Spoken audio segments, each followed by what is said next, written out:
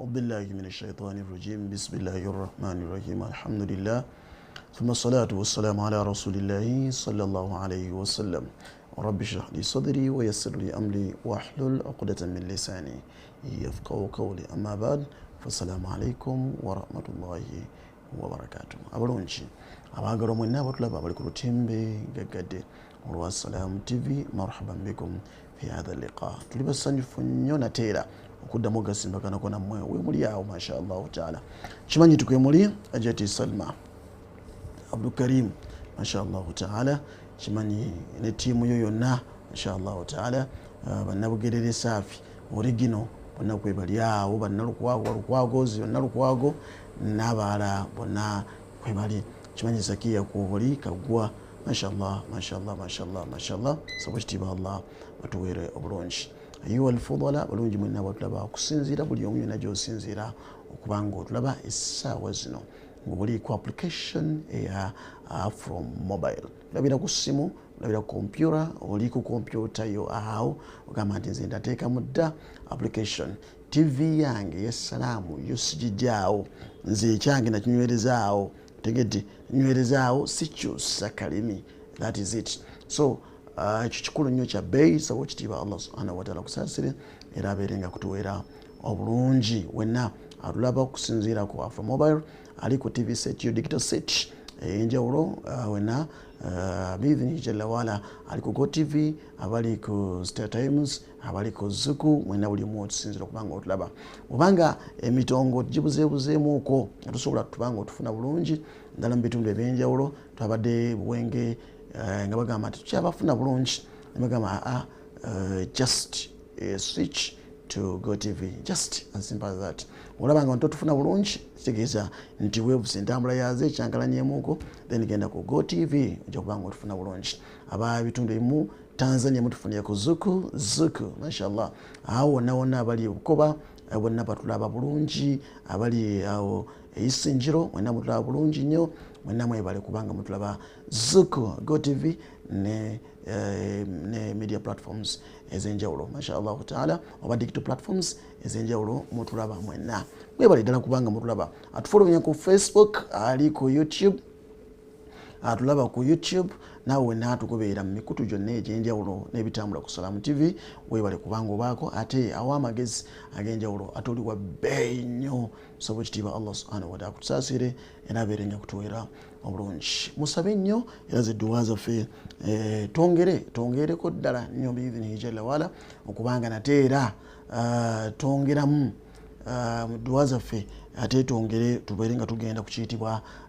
DSTV inshallah taala by next year tubeere nga twamaze dde okuyingira ku DSTV ekyo ne TV zolaba nga tezirina nsonga wadde makulu wadde content ng'owa Salam TV zisobodde okubeera ku GoTV as DSTV ate bukya Salam erina content makula osobola okumulaba n'abaana bo sezaalawo jjajja w'abaana maama n'abasigadde bonna n'oyo yenna kwasa ensonyi right you can watch Salam TV with anybody minus excluding anyone okay Salam TV ya bonna so TV erina content agatte era abuna right buli omu yenna so etaaga okubeera ku digital platforms ez'enjawulo zonna nsaba ekitiibwa Allah subhanahu wa ta'ala atuwa ebirungi era atuwa okubanga tubitegeera ebigambo ebyo jazakumullahu khair a'zama Allahu ujurakum wa yassarakum wa ghafara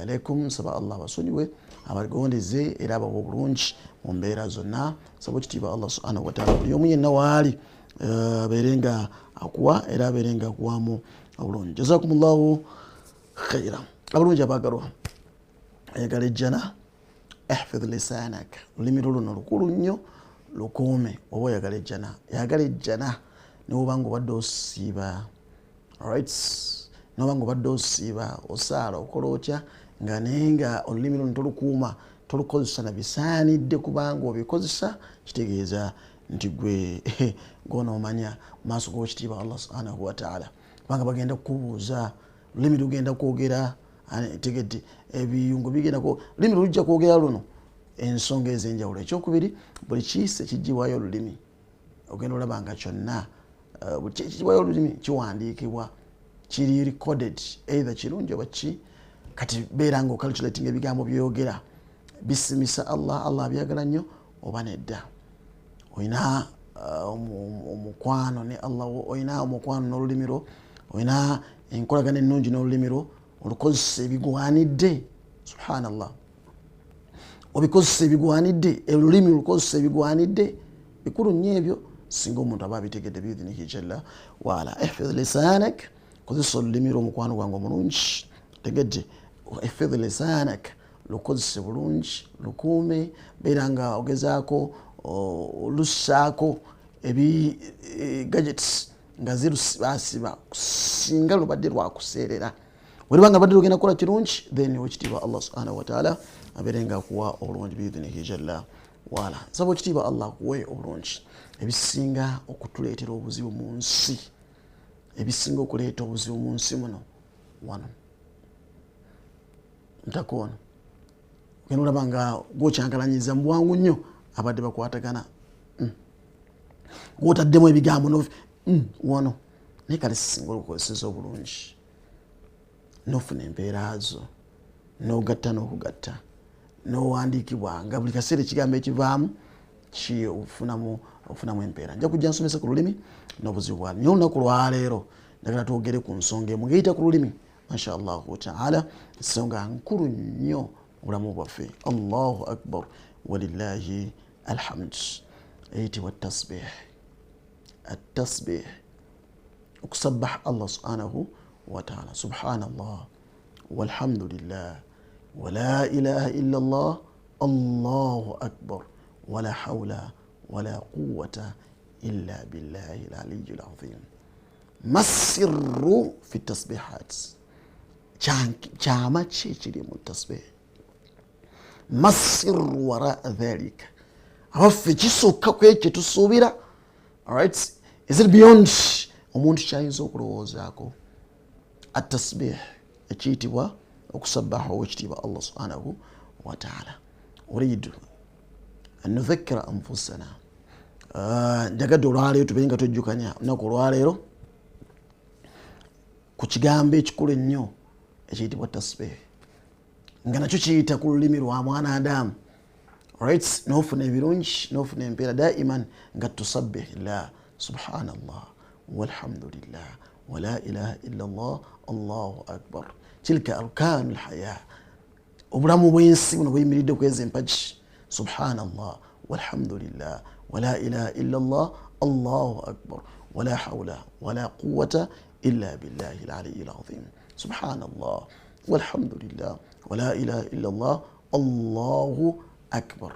Kyova kigambo kikulu nnyo n'ekitiibwa Allah subhanahu wa ta'ala kituwa nga noraddiduha, tukiddingana buli kaseera.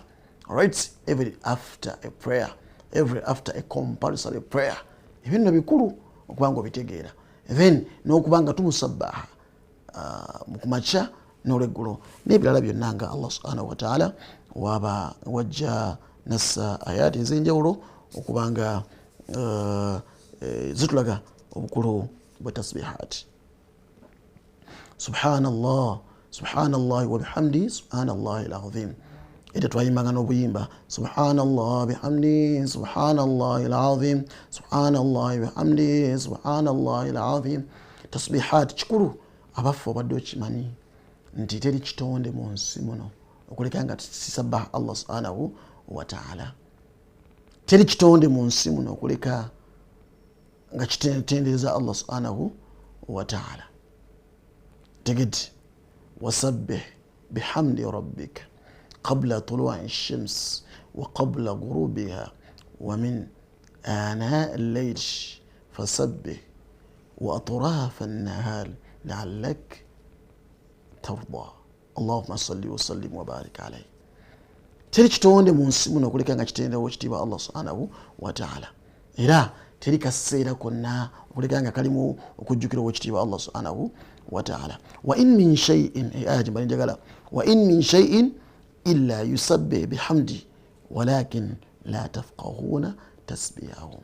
Wa in min shay'in min a'jabi al-ma'lumat التي زودنا القرآن zawadana biha alquran alazim ezimu ku nsonga ezewunyisa era nga za munda nnyo baligh kwe kubanga tulaga nti annana naish fi alam ya'ujju bitasbih tuwangalira mu nsi muno naye nga buli kyoyitako kyonna kitendera Allah subhanahu wa ta'ala buli kyoyitako kyonna kisabbaha Allah subhanahu wa ta'ala naishu fi alami tuwangalira mu nsi muno nga ya'ujju bitasbih kullu shay'in buli kimu kyonna oyita ku ttaka nga yusabbi ensi yonna ejjuddemu tasbihat bagamba funayo akaseera ma rabbika right wasabbihuhu tegedzi wasabbihuhu umutende Allah umusuute Allah oyogere ebigambo ebirungi ma yurdi rabbuka Allah byasiima byayagala right owane Allah subhanahu wa ta'ala glorify the almighty Allah subhanahu wa ta'ala sabbih isma rabbika al-a'la sabbih isma rabbika al-a'la alladhi khalaqa fasawwa right sabbih isma rabbika al-a'la look at that surah sabbih right sabbih isma rabbika al-a'la alladhi khalaqa fasawwa ulira buli kitonde kyonna kisuuta Allah nibagamba nti funayo akaseera tusabbihu rabbuk obeerenga rabbak tudhakiruhu bitasbihat obeerenga ojjukirawo ekitiibwa Allah subhanahu wa ta'ala obeerenga buli kaseera you glorify him obeerenga buli kaseera omwogereko Allah subhanahu wa ta'ala ng'oli ku tasbihat ze zokka benolowooza nti just byewe bityo just you spend most of your time ng'oli ku zaala oli ku betting oli ku surfinga oli ku ki oli okaba bwavu oli okaba kino oli okaba bugumba oli okaba musiba gususe oli okaba nti oli mu kyenyanja oli awo ina byokaba wera bidin tasbihat and making immovable things movable impossible things possible ekola buli kimu kyonna ekiyitibwa mustahil right echi kyonna nga ti tolowooza nakulowooza at the time ti you have never imagined that thing can be done, can be solved, but because of tasbihats tajiduhu ng'okitiibwa Allah subhanahu wa ta'ala akikoze nolwekyo number 1 ekigambo ekiyitibwa tasbih nsaba tukiteeke mu bwongo nti dhikri Allah gye yawa buli kitonde kyonna kitegeeza nti bikulli makhluqat likulli ma khalaqa Allah tabaraka wa ta'ala buli kitonde kyonna Allah kyeyatonda lahu lisan kirina olulimi era nga kirikozesa bitasbihat okusabbaha Allah subhanahu wa ta'ala yagamba Allah mu nsi tuwangaliramu wa in min shay'in teri kintu na kimu kyonna kyolaba muno mu nsi illa yusabbih bihamdi okuleka nga kitenda Allah subhanahu wa ta'ala. There isn't anything that can't glorify the Almighty, doesn't glorify Allah subhanahu wa ta'ala, doesn't remember Allah subhanahu wa ta'ala, doesn't pay its tributes to Allah subhanahu wa ta'ala via glorification. Nga kitenda Allah, kimusuuta, kimuwaana, kiri ku Allah tabaraka wa ta'ala daiman. Allah nkwebaza Allah olwa ABCD wayawukana Allah olwa kino gwe Allah nontonda woti nensinga Allah nontonda wenti nensinga ekitonde kino nensinga omuntu gwowa byonna nenze nkwebaza Allah kyola nembiza egenda kwewuunya omuntu atasaala nga nyine egamba yebaza Allah subhanahu wa ta'ala era emwebaza Allah tabaraka wa ta'ala olw'ogitonda nga ki nina atagitonda nga eri mu bantu abeerabira Allah, abeerabira okumujjukira, okusinza Allah, okuleka essala, abantu abaleka essala, abantu abalimu okusuuta Allah subhanahu wa ta'ala. Abitegedde oba kubanga essala ejjuddemu tasbihat, subhanaka Allahumma bihamdik, tasbihat, subhanallah bihamdi, subhanallah al-azim, subhana rabbiyal a'la, subhana rabbiyal azim. Sala ejjuddemu ebyo byokka, ejjuddemu tasbihat. Alright, ne twagala tegeere tasbih beyond omuntu wagirowooleza. njoni subhanallah subhanallah subhanallah subhanallah subhanallah subhanallah subhanallah. Beyond that, what is the magic, what is the secret? Bikyama ki ekyenjawulo, kyangizo ki? Ekyo nno Allah yakiwa buli omu yenna. Okusaba Allah yakiwa buli kitonde kyonna, n'akiwa malayika, n'akiwa emiddo, n'akiwa ki gy'omanyi nti ebijamaad jarad, right, non-living and living things byonna yusabbihuna Allah, yusabbihuna bihamdi, byonna bitenda Allah subhanahu wa ta'ala. Bitegedde soba ebigambo bino oba bitegedde?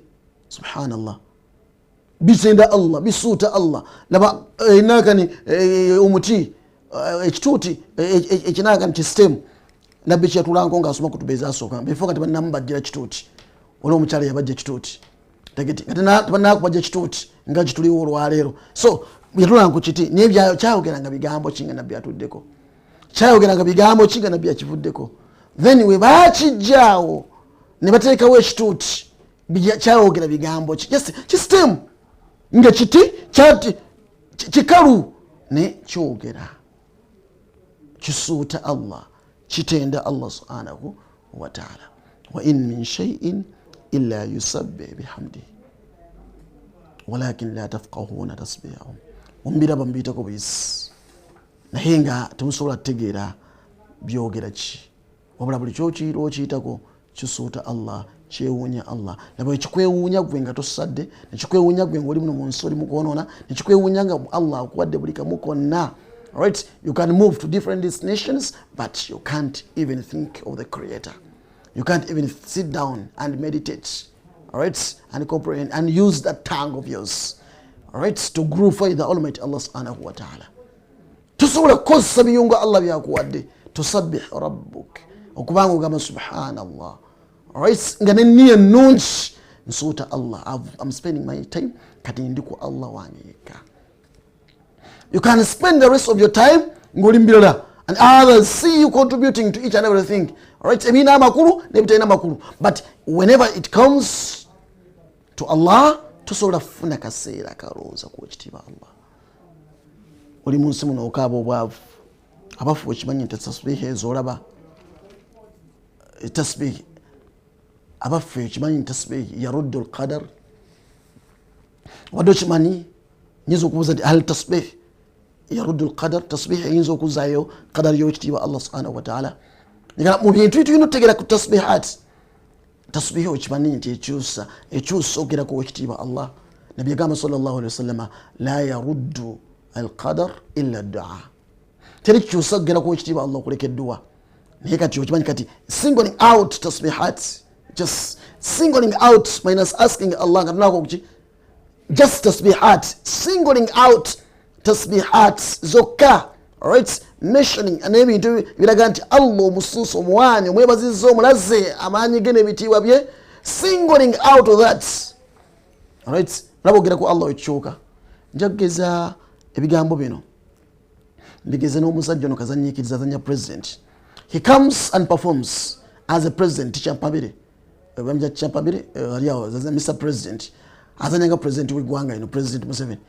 Okay, alajja mbadde nga ye n'ateekawo bagadi n'akola atya n'amaliza n'ayogeranga ki, olumaliza tasaba president, bamuwadde sente tamusaba na musaba, and later the president gives him a basin. The president stands up and shake namukwata mu ngalo what, all right. The president calls him namuyita, president yenyini yamuyitira. So no gamba nti ngenzo president ola president amuyita namuyita nayimuka namuwa omukono. Can you imagine just performing a performance as a president, as Mr. President changes something? Obulamu bwe ne bukyuka. Oba bitegerekesa bigambo ebyo ndowooza mbitegedde. Nga tonaba na kusaba, tosabe na kusaba naye ebintu ne bikyuka. Tasbihat, tasbihi gy'olaba eno eba ekiyitibwa tasbih, right. Subhanallah ezoogera bulijjo, walhamdulillah, wala ilaha illa Allah, Allahu akbar, right. Tasbihat zoleeta oluvannyuma lwa buli ssala n'ebigambo by'onooyogera byonna nga birimu okusuusa ekitiibwa Allah subhanahu wa ta'ala, bikiisa okugerako ekitiibwa Allah subhanahu wa ta'ala. Omusajja omu yagamba nti tatabaat التصبيح في القرآن العظيم مبين دي تصبيحات من القرآن اجتبا فوجدت عجبا نسينا يبيا ما بينش يبيا ونسا بينش كبانغا وجدت التصبيح نسينا التصبيح وجدت التصبيح نسينا نينغا تجامع سبحان الله تجد نسينا نتجامع سبحانك alright سبحانك ekigambo ekyo subhanaka allahumma wa bihamdik subhanallah ekigambo ekyo nsiŋŋaanye ng'ebigambo ebyo yaruddu alqadar bikyusoogera ku ekitiibwa Allah subhanahu wa ta'ala kama fi qissati Yunus alayhi salatu wassalam nabbi w'ekitiibwa Allah subhanahu wa ta'ala ayitibwa Yunus alayhi salatu wassalam laba Allah wamugamba falawla annahu kana min almusabbihin tiyamugamba mbamukowola فلولا أنه كان من المسبحين لما تشاهد مجرد وكبيرة مشي فلولا أنه كان من المسبحين look at the power look at that secret فلولا أنه كان من المسبحين أبقوا يونس عليه الصلاة والسلام تياريمو أبا صبح الله سبحانه وتعالى aba musuuta Allah aba mujjukira Allah aba mutenda Allah aba mwogerako Allah aba mulaga amayinja g'ebitiibwa bye byonna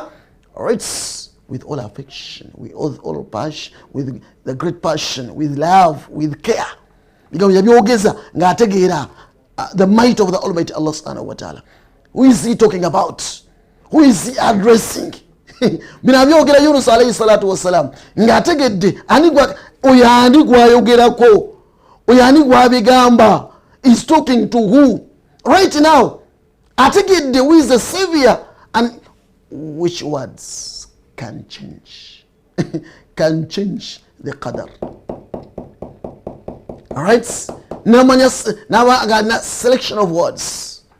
All right, what to say to who, why, when, how and where weyali kuba bifaananyi ebyo byonna n'ebibuuzo ebyo byonna ebyebuuzi ekifo kyeyalimu bamaze omuko Yunus alayhi salatu wassalam yasindikibwa mu bantu benainuwa abantu benainuwa one of the baali bantu abamu ku bantu abazibu bamukozeeko a lot of atrocities bamukakkanyiza bakoze batya bakonye n'ennyumba ye aga nti hajara minu aga nti nze kambaveemu n'agenda naye nga Allah yamutuma mu abo naga nti nkutume mu bantu be Bwayise bantu be Uganda bantu be Kampala but they are turning against you.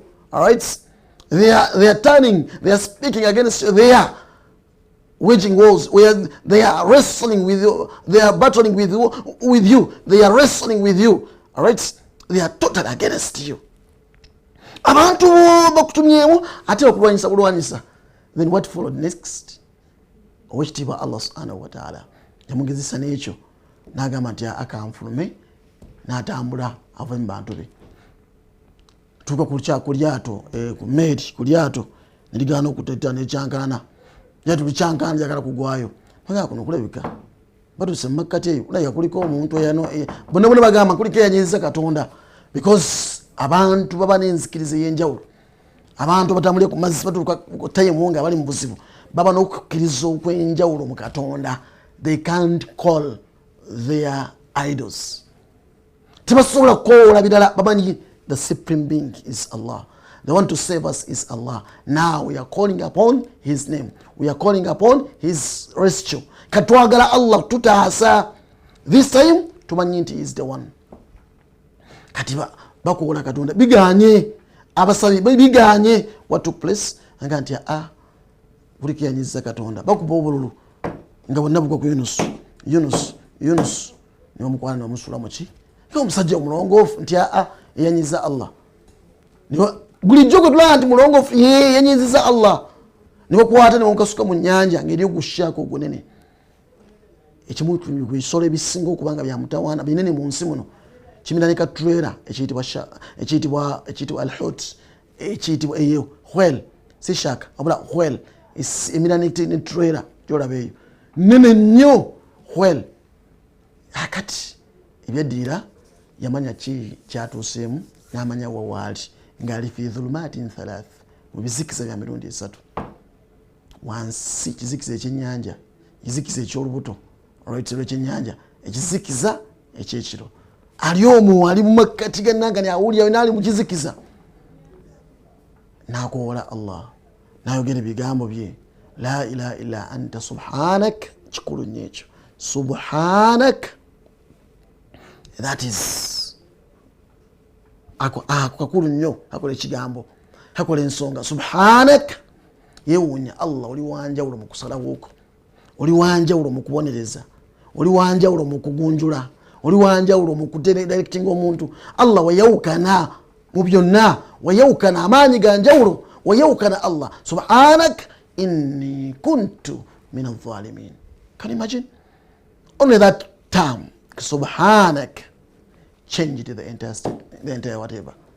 Eyali agenda okubeera muli falawla annahu kana min almusabbihin lalabitha fi batnihi bid'a ila yawmi yub'athun. Yani badde asigalamu paka lunaku lwalizuukira. Kadari yali yakubeera paka lunaku lwalizuukira. Yani badde abeeramu nakati singa akyali mu luto lwa kyennyanja kiyama tennaba kuyimirawo. Yani badde nga kabbuliye kyennyanja ekyo nga mwali akyalimu nga mulamu si mufu. Naye ebigambo ebyamu Allah kuyamwisiza Yunus alayhi salatu wassalam Allah namujja mu mbeera eyo ey'okubeera mu lubuto lw'ekyennyanja ila yawmi yub'athun. Tugamba bid'a sini ila yawmi yub'athun lalabitha fi batnihi ila yawmi yub'athun. Yandibadde mu lubuto lw'ekyennyanja paka qiyama lweyimirirawo paka lwalizuukira n'ava omwo nga ye entaana ye ebadde lubuto lwa kyennyanja kiyitibwa whale. Subhanallah. Naye kikyakyusa amaanyi gava luddawa kyanjawulo ki kyeyayogera yamanya kyayina okwogera Allah n'akimuwa la ilaha illa anta subhanak inni kuntu min adh-dhalimin. Oyinza okuba badde wakubeera mwavu for the rest of your life. Naye tasbihi genda kyuse kujja mwavu ekuteke somewhere. Oyinza okuba badde ogenda kubeera muki right mugumba naye olwa tasbihi egenda kujjawo ekusse mu bantu abagenda okuzaala. Oyinza okuba badde ogenda kubeera wotyo right ogenda kubeera failure mu nsi muno naye tasbihi yokka yokka what you said kigenda kyusa ogenda kuwa ekitiibwa Allah subhanahu wa ta'ala. falawla annahu kana min almusabbihin tabakuba mu bantu basuuta Allah subhanahu wa ta'ala. Tegedde falawla annahu kana min almusabbihin lalabitha fi batnihi ila yawmi yub'athun. Tasbih ekyusa ogenda kuwa ekitiibwa Allah subhanahu wa ta'ala. Mubitegedde oba? Tasbih gitwale ng'edduweera still okusuuta Allah kusabbaha Allah subhanahu wa ta'ala. Alright, ebigambo dhikiri ezo mulaba zimukola ki tosobola kwawula wakati wa dhikr na dua.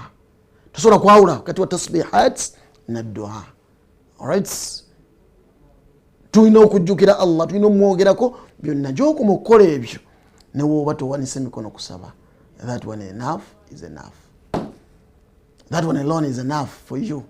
Okubanga oli secure, okubanga oli secured, okubanga ova mu bwavu, okubanga Allah akyusa embeerayo, okubanga Allah akutwala Makka, okubanga Allah akuwa n'ozimba, obadde wakuwangalya mu bizigo ng'abali bafiiridde mu mizigo. Naye olwa tasbihat Allah n'akyusa. Leeta n'enniya ennungi kuba oyo yali ayagala kumutaasa. N'amanya gwa addressinga, naki kyakozesa, na bigambo ki byakozesa.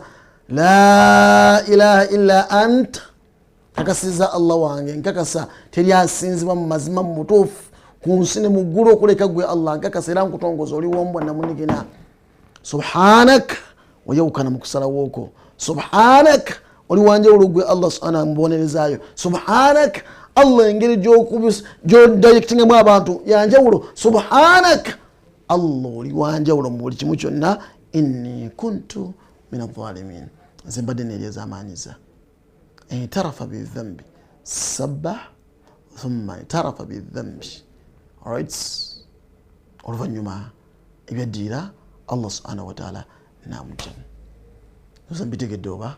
simanyi bambitegedde tasbihat egenda kyusa okugenda kwa Allah kuyagerera nkiddemu I repeat tasbih egenda kyusa okugenda kwa ekitiibwa Allah kuyagerera tasbihat ezo zonna zoleeta biniya n'ekikyo olina ekigendeerwa olina kigendeerwa ki tuula wansi alright sabbah Allah leeta tasbihati leeta adhkari ez'enjawulo manya Allah mwebaze Allah mwogereko Allah ever right tasobola kulema kuwanirira bulamu nga waniridde eggulu mu bbanga tekuliiko mpagi tasobola kulema kukyusa ngaekiseera mutubeera mu musana n'akyusa n'atuwa enkuba tasobola kulema kukyusa bulamu obwo ng'akyusa obudde obw'ekiro n'obudde ne budde mu bw'emisana bwe naawe kikole mu muntu tasobola kulemwa right tasobola kulemwa Allah tabaraka wa taala right tasobola mwepankako bana abadubai bagezaako kukyusa Mungu abagambe kati mubeere mu musana nebagamba katukole enkuba time eno ya musana nebagamba katukole enkuba bishe byaddiira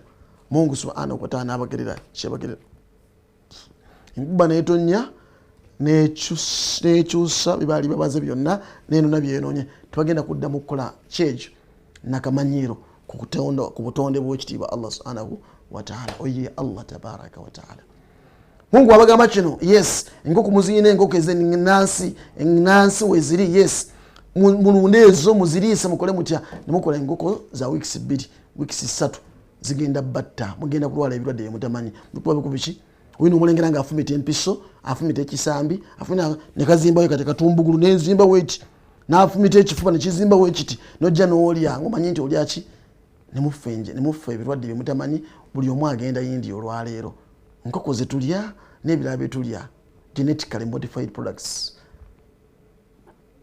Mungu abawadde bino temusimi nagera kwa wakitiibwa Allah Mungu abawadde kino mwonoona bwonoonyi why don't you rear some birds at home alright muzirunde mwine emmere gye mufissa zijira kujja kweyo emmere mpola naali mukikomera naali ku muzigo osobola okulundawo enkoko zo 2-3 z'olyako I have some families I watch abafuna embeera wekyo tasbihat kikulu nnyo naam kigambo tasbihat kikulu okumanya kikulu era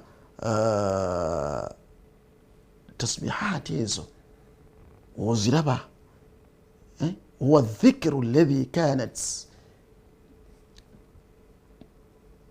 تردده الجبال والطير مع داود عليه الصلاة والسلام ensozi kumulembe kwa Dawuda n'ebinyonyi ebyawuliranga Dawuda ng'akoze ng'atandisa akolobya ng'asabbaha Allah ali kwogerako Allah ali mu glorifyinga awaana Allah asuuta Allah subhanahu wa ta'ala right nazo zaddangamu tasbihati okumanya kikulu nnyo n'ensozi zeegomba ne zigamba nti atugole na Dawuda yes n'ebinyonyi ne bijjanga mu bbanga webiti ne bitandika right uyasomanga Zaburi mu nsoma gyagisomamu nga n'ebinyonyi bijja mu bbanga webiti right ne bitandika nabyo okusabbaha okitiibwa Allah subhanahu wa ta'ala agamba nti wasakharna ma Dawuda aljibal yusabbihna wat-tayr oyo okitiibwa Allah eno tasbih yagigondeza Dawuda tegedde bino ebigambo yabigondeza Dawuda yategeera kyalina okukola ye kennyini si yekka n'ebinyonyi ne bijja n'ensozi ne gizija zikanyama ensozi nga zisuuta n'ekitiibwa Allah zisuuta ne Dawuda ensozi are they living things ng'olaba bitambula right wandibadde nga biri awo biri naye nga byonna byogera amayinja googera gali ku Allah gwe kasuuta wa in min shay'in illa yusabbih bihamdi walakin la tafqahuna tasbihahum mutemusobola bitegeera Dawuda nabbi Dawuda alayhi salatu wassalam kana yusabbih rabba ngajju ayogera ebigambo ebyenjawulo ebisuuta owekitiibwa Allah nga Allah byagala nnyo subhanallah subhanallah subhanallah subhanallah subhanallah bihamdi subhanallah alazim subhanallah bihamdi nga abyogera subhanallah bihamdi kuliko abamu abajeregerera nyawulira basajja bakulu fe batusomesezanga tegedde tasbihat ezo subhanallah bihamdi subhanallah alazim subhanallah bihamdi subhanallah olina janga asomesa naye nga wajerega dhikri eyo agamba nti alongoosa ate nga ali mu kujerega Dawuda yalina kana yataghan tegedde ng'asinga nawo ng'abasajja abo baali babyogera ng'asinga nawo ng'akozesa olulimi rhythmic, luli mu mbeera ya nnyimba, luli mu mbeera gamba ng'enyumira abantu abeetoolodde n'ebitonde ebyetoolodde. Era kyova olaba nga ebinyonyi byajjanga olwa eloquence gyeyina, right, olwa tongue olulimi lwe yayina, engeri gyeninga abyogeramu nga rhythm gyatambulirako, nabyo ne byegomba ne bigamba nti naffe katuyimbe ng'ennyonza, naffe nabo ne bakoola binyonyi mu bbanga awo nga nabyo byogera amaloboozi, n'ensozi nazo ne ziteeka mu base n'ensozi. tasbihi n'ensozi zagyegomba eya Dawuda n'ebinyonyi ne bijjanga ne byetaba wamu. Musabbahi okitiibwa Allah subhanahu wa ta'ala, mukyuse obulamu bwammwe, mukyuse ebyo byonna, mukyuse qadari zammwe ne tasbihat. Atasbihi huwa dhikr jamiu almakhluqat. Ekyo nkyogedde nekibagambye dda nti ye dhikiri ebitonde byonna gye byegattamu. Tasbihat ye dhikr ebitonde byonna. Agamba nti alam tara anna Allah yusabbihu lahu man fi samawati wa man fi al-ardh, ebiri waggulu bisuuta Allah n'ebiri wansi. Ebiri waggulu biri ku tasbihat. Subhanallah, subhana rabbika rabbil izzati amma yasifun. Subhana byonna yadhikiri byonna bijyegattako ebitonde byonna jamii al-makhluqat, mu bitonde ebitambulira mu bbanga, ebitambulira mu mpewo, bitonde malayika, bitonde ebyaki byonna ebirina ebiwawaati ekimu ebibiri meka, ebitonde byonna jamii al-makhluqat, ebitonde ebyuga ebyowalira ku ttaka, ebirina amagulu abiri, amagulu ana, ebyenjawulo byonna, ebisolo ebyenjawulo tobiwulira bulijjo. Laba obudde nga bukya, owulira amaloboozi ag'enjawulo ng'ebikere biri mu kulifalinga Allah. Obudde bukya owulira amaloboozi gabyuka, n'owulira amaloboozi kanyenyenkule, owulira eddoboozi nga lyanyenyagize. Oba bimanyi ebyo? Musa simanyi oba obimanyi. Nyenyagize gwe ogimanyi? Abafukankubuliri balya nyenyagize, simanyi oba mwaziryako. Nyenyagize eyo kanyenyenkule. Ebitonde ebyenjawulo ebyo bina amaloboozi ag'enjawulo ge bikola mu buli kiseera kyonna. Laba amaloboozi ago. Ate nno mwana wattu wegendereze nnyo buli time zone ya sala, buli kaseera ka sala ogenda okalengera ng'ebitonde bivaayo amaloboozi gaabyo byonna. Omwazinyi abaakowoola eno n'owulira amaloboozi. Laba obudde nga bukya ogenda okuwulira ng'ebisolo byonna bivaamu amaloboozi awo. Buli close okukya ogenda okuwulira nga enkoko zikookolima, right? Ensolo, embwa, ebisolo, ente, buli kimu kirina amaloboozi gakyo gekikola nga kikulifyinga ekitiibwa Allah subhanahu wa ta'ala. Ebigambo ekiyitibwa tasbih kikulu nnyo. Abange tasbihat temuzanyisa, temudda mu kuzanyisa tasbihat. Qur'an n'ebyama byabyo tutunuulidde olunaku lwaleero kiyitibwa tasbih. Bannange Allah ayogera ebigambo bikulu nnyo mu Qur'an ekitiibwa, n'atulaga naye ng'atuwadde amakulu ag'enjawulo sobola okuba nga tutambula obulamu bwaffe nga tuli tuti. Bagenda kulengera ng'otambulira mu bbanga abantu beewuunye, right? Buli mwajja kwewuunya naye gwe kikola otya? Abantu bagenda kulengera nga obulamu bwo butambula buli smooth, abantu beewuunye balowooze nti oli mulogo oba abantu bagenda olanga buli kyokwatako okikwata ku bitambula ne balowooza nti oba olina connection ne government. Not everyone golaba obulamu nga butambula nalina connection. Not everyone golaba nti azimba nti ebintu by'abantu abo abali first family. No way. Abantu bali mu nsi muno nga Allah abaguliddewo. Oli alina dhikiri yokka gyekutekeemu, oli asabbaha Allah subhanahu wa ta'ala, oli akimanyi nti Allah akyusa obulamu bwe ne tasbih. Mungu n'akyusa. Abange ghayyiru hayatakum, mukyuse obulamu bwammwe bitasbih. Ghayyiru hayatakum, banne mukyuse obulamu bwammwe ne tasbihat. Abange tonyooma tasbihat. Tula wansi oba ozireeta mirundi emeka oba mitwalo emeka oba mmeka, just do it. Ate with that intention of change, with intention of progress, with intention of whatever. Otegede olina kiki kigendererwa kikiruubirwa kyolina tasbihat. Sabbah Allah subhanahu wa ta'ala. Alam tara anna Allah yusabbihu lahu man fi samawati wa man fi al-ardh. Eyo dhikr buli omu yenna agyegomba akyeteekamu mu bitonde byonna bisabbahu ekitiibwa Allah subhanahu wa ta'ala. Badde nsoma ku tasbihat, wajadtu tasbih, nsiŋŋaanya ekiyitibwa tasbih nga dhikru ahlul janna, abantu b'ejjana bagenda kwogera ekigambo ekyo. Allahumma salli wa sallim wa barik alayhi. Dhikru ahlil janna, n'abo mu jjana bagenda kwogera ebyo. Allah yagamba da'waahum fiha subhanak Allahumma wa tahiyyatun fiha salam wa akhiru da'wahum anil hamdulillahi rabbil alamin. Tegede da'wahum fiha ebigambo byabwe ebiro amarobosi gaabwe edduwa zaabwe tegede byonna bagenda okuyitiza okubanga byogera subhanak subhanak subhanak subhanak yakyogera kuno ku nsi ne mujja nagenda kyogera dhikr ahlul janna ebigambo ebyo bimu ku bigambo by'abantu b'omujjana right n'ebigambo nga alhamdulillah tegede subhana rabb qalu alhamdulillahi rabbil alamin tegede bajja kwogera ekigambo ekyo salaamu naye bajja jogera right salaamu naye bajja jogera naye bigambo ebikulu ennyo ebimu ku bigambo ebikulu ennyo subhanallah subhanak subhanak allahumma subhanak allahumma right Allah akyogedde da'wahum fiha subhanak allahumma wa tahiyyatun fiha salam. Awo abaffe dhikr y'abantu b'omujjana tasbihat subhanallah bikulemye okwogera kuno ku nsoloozo n'obyogera tegeeza ojja kubeera mu muliro Mungu ataasi yalabbi omuliro.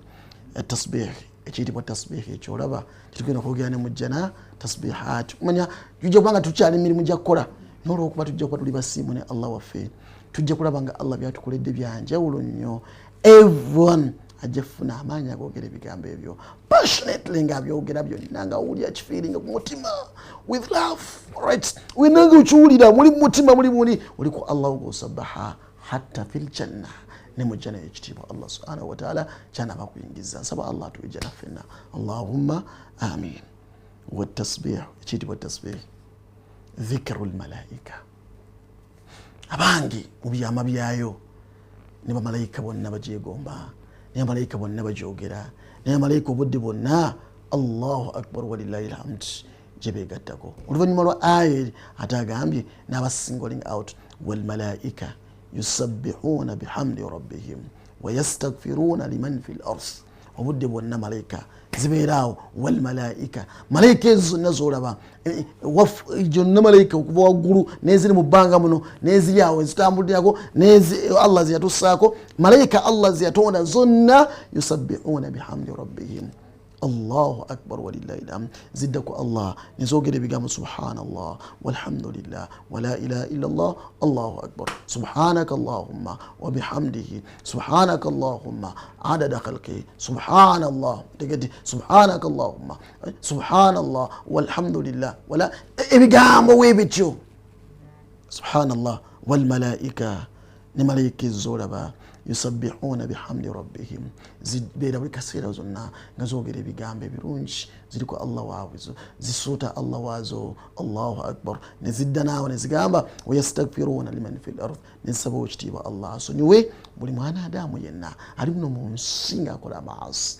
bambi aseerera bambi bimusukkako bambi ng'omuntu bambi nga bwe yatondebwa n'obutonde bwe bambi naye Allah musaasire Allah musonyiwe. Nkuwandiika amazambi gano naye ziwandiika nkulaba bakuwandiika amazambi eri ku ddyo esaba ayi Allah musonyiwe ayi Allah musaasire waliwo ziyasawo waggulu ezitambulirako waliwo zibeera ku ddyo ku kkono maaso n'emabega waliwo ezitambulira mu bulamu bwaffe waliwo malayika eziri awo nga zo zirakaba bulamu bwaffe ziri awo jasi waliwo ezijja nga zinoonya majalis dhikr abaani aboogera ku ekitiibwa Allah zigenda okulengera nga gwe oli ku birala oli ku bino olunaku n'olumalako ng'oli ku bino nesaba Allah akusonyiwe ngaba Allah ya rabbi mukyuse umuleete buli kaseera abeere nga akwogerako Allah mukyuse obwongo mukyuse emirowoozo mukyuse omutima gwe abeere nga obwongo n'ebiseera bye n'omutima gwe gwonna akulowoozaako obudde bwonna akyuse n'obulamu bwe n'ebyalaba ebikyagaanye byonna abikole nga yusabbih bihamdi rabbi eva ng'ali mu kujjukira right ng'ali mu kwogerako ng'ali mu kwagala mu kutongoza ng'ali mu kusuuta n'okuwaana kw'ekitiibwa Allah subhanahu wa ta'ala.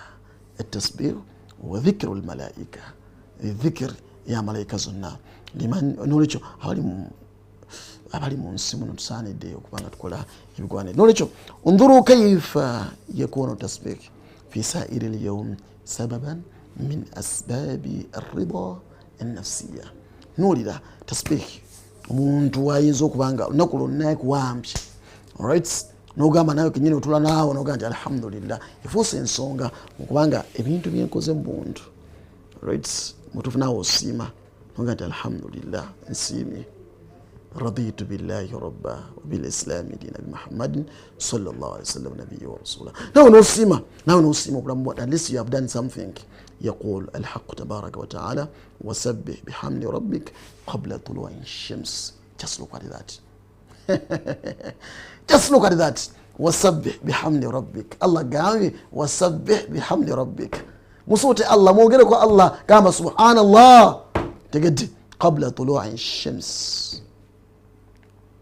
Ngenjuba tenaba kuvaayo.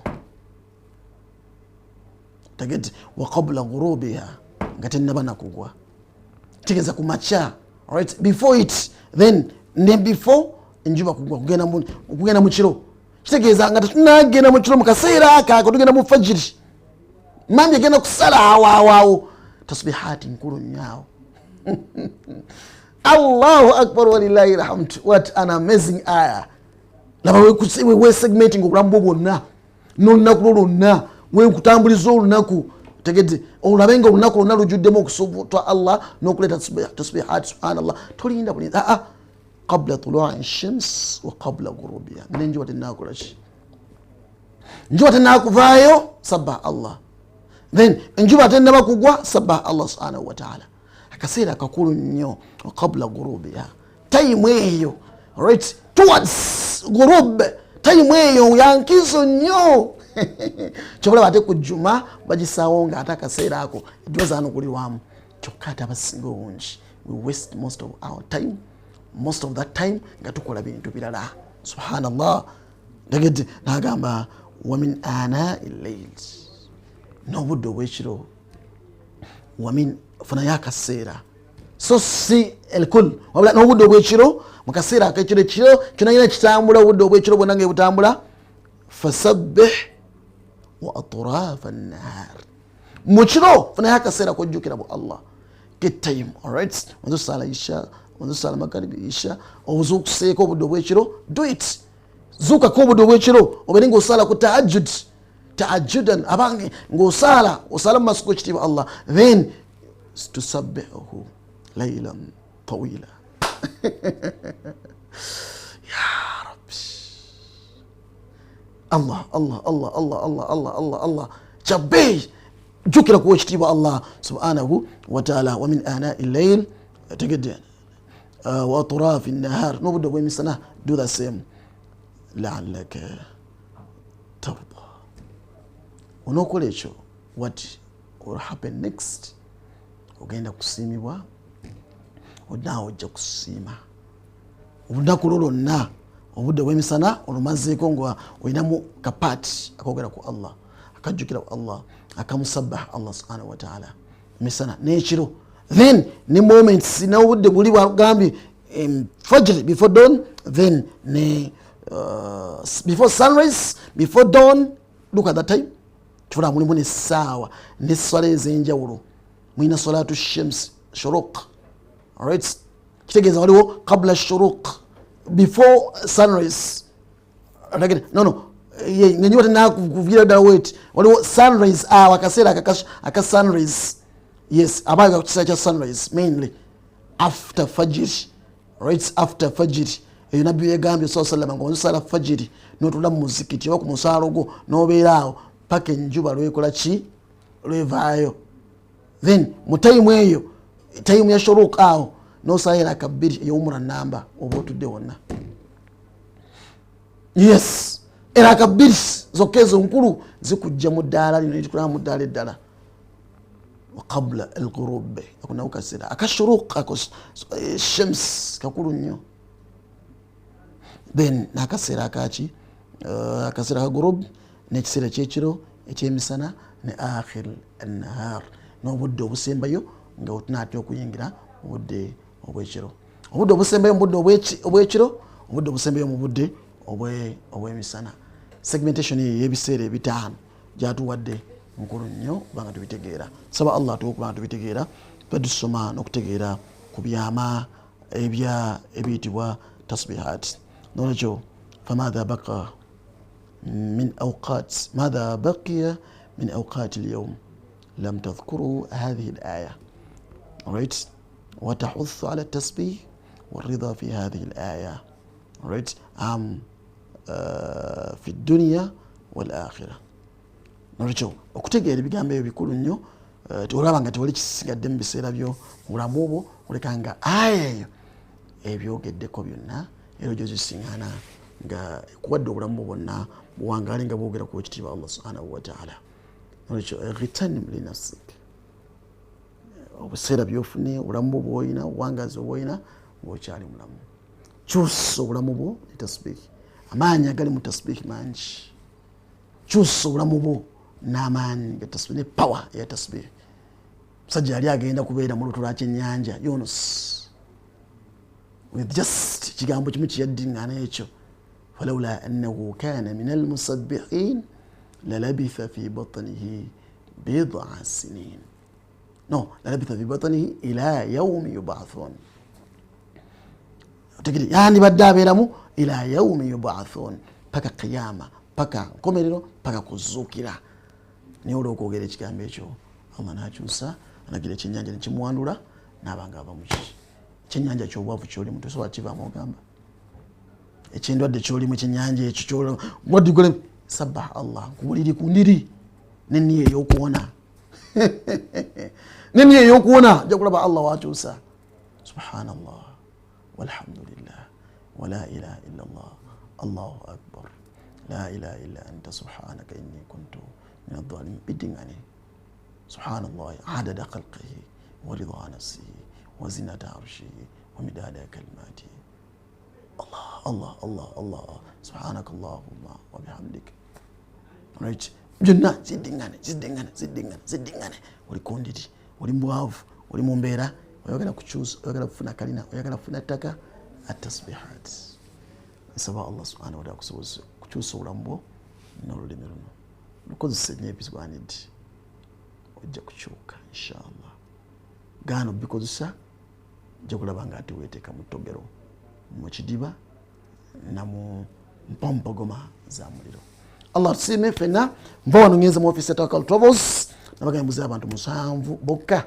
bembuzaayo nga tusimbulenga mukaaga inshallah taala agala otiminga n'okutambula naffe inshallah this time biidhnillah March nga mukaaga October nga mukaaga agala otambula naffe inshallah Tawakkal Travels nyina kulidinga nzeke nyine ntolekere Makka ne Madina ani yenna mutuwe inshallah referring ku Tawakkal mbuza abantu 7 bokka tutambula inshallah taala Allah kusiime era ku obulungi tusinkane inshallah taala nge kugamba ate October tuwandiika December tuwandiika ate Ramadan tuwandiika ne hijja jangu mu Tawakkal Travels ogulewo hijja kugamba nti ne visa za umra tuzitunda jangu ogule naffe jangu teese tujja kuwa ebbeeyi ennungi gy'otagenda kusiŋŋaana walala wonna mu katale ate gavumenti ya Saudi Arabia yatukoleddemu nga Tawakkal mwebale ttaamu za mirimu ne visa netuwa poto system tugina era tusala visa wano wanyini gavumenti ya Saudi Arabia yasiimye emirimu gya Tawakkal Travels tusala visa. Assalamu alaikum.